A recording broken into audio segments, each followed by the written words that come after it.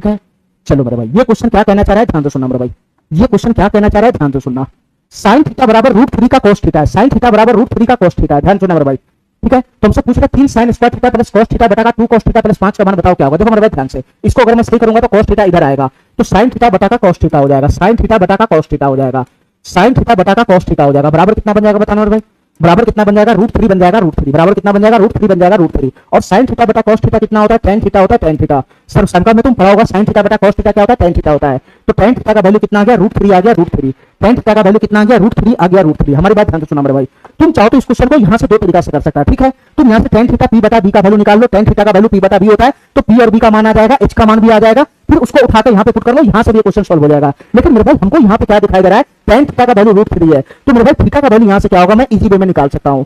Theta का value क्या होगा, मैं इजी वे में निकाल सकता हूं, tan इनवर्स √3 होगा, tan इनवर्स √3। थीटा बराबर क्या हो जाएगा, tan इनवर्स √3। यानी मेरे भाई इसके कहने का यह मतलब है कि tan थीटा में थीटा का कौन सा मान ऐसा होता है, tan थीटा में थीटा का कौन सा मान ऐसा होता है जिसका वैल्यू √3 होता है। तो मेरे भाई tan थीटा में थीटा का कौन सा मान ऐसा होता है जिसका वैल्यू √3 होता है, तो वो वैल्यू होता है 60 डिग्री। तो यहां से थीटा बराबर कितना बन गया मेरे भाई, यहां से थीटा बराबर कितना मिल गया, 60 डिग्री मिल गया, 60 डिग्री। ठीक है, थीटा बराबर 60 डिग्री मिल गया, 60 डिग्री। बस इसी वैल्यू को उठाकर यहां पे पुट कर लो, हमको सभी का स्टैंडर्ड वैल्यू पता है, इजी वे में निकल जाएगा। देखो मेरे भाई ध्यान से, अगर मैं ये वैल्यू यहां पुट करूंगा तो क्या बनेगा, ये 3 गुना का ये sin स्क्वायर थीटा है। sin स्क्वायर थीटा का मतलब होता है sin थीटा का होल स्क्वायर। तो बताओ मेरे भाई sin थीटा थीटा का जगह 60 डिग्री पुट करूंगा तो sin 60 डिग्री का वैल्यू कितना हो जाएगा, sin 60 डिग्री का वैल्यू होता है √3 बटा 2। ये sin 60 डिग्री का वैल्यू है, हमको sin स्क्वायर 60 डिग्री का मान निकालना है, तो तुम क्या करना है, इसका स्क्वायर कर देगा, cos थीटा प्लस का cos थीटा। थीटा बराबर 60 डिग्री है, तो cos 60 डिग्री का वैल्यू कितना बनेगा बताना मेरे भाई, cos 60 डिग्री का वैल्यू होता है 1/2। cos 60 डिग्री का वैल्यू कितना होता है मेरे भाई, 1/2 होता है, 1/2। और यहाँ पर ये बड़ा बटा है, बड़ा बटा जो शुरुआत से रहता है वो बड़ा बटा होता है। ये 2 cos थीटा है, 2 cos थीटा, तो थीटा का वैल्यू 60 डिग्री है, तो cos 60 डिग्री का वैल्यू कितना हो जाएगा, 1/2 हो जाएगा, 1/2।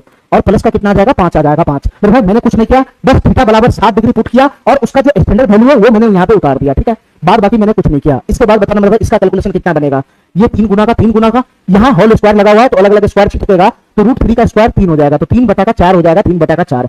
और प्लस का कितना हो जाएगा, 1/2 हो जाएगा, ये बड़ा बटा आ जाएगा, बड़ा बटा, ये बड़ा बटा, ये 2 से 2 समाप्त हो गया, 2 से 2 कट जाएगा तो 1 बचेगा, तो 5 प्लस से कितना हो जाएगा, 6 हो जाएगा, 6। 5 प्लस कितना हो जाएगा, 6 हो जाएगा, 6। आगे कैलकुलेशन करेगा तो ये कितना हो जाएगा, ये 9/4 प्लस का 1/2, 9/4 प्लस का 1/2, और बड़ा बटा में कितना आ जाएगा, 6 आ जाएगा, 6। तो बता मेरे भाई यहाँ से एलसीएम लगाएगा तो 4 2 का एलसीएम कितना हो जाएगा, 4 हो जाएगा, 4 तो यहाँ 9 बनेगा, यहाँ पर आ जाएगा 9, यहाँ पर आ जाएगा 9, और 2 दूना 4। ठीक है, और ये बड़ा बटा रह जाएगा कितना, 6 रह जाएगा, 6। ठीक है मेरे भाई, इतना बात समझ में आ गया। तो फाइनली यहाँ से क्या बन गया, 9 2 11 हो गया, 11, और 4 नीचे खसक जाएगा, ये छोटा बटा है तो 4 नीचे खसक जाएगा, तो 11 बटा का कितना हो जाएगा, 24 हो जाएगा, 24। तो फाइनली इसका वैल्यू कितना बन गया, 11/24 बन गया। ये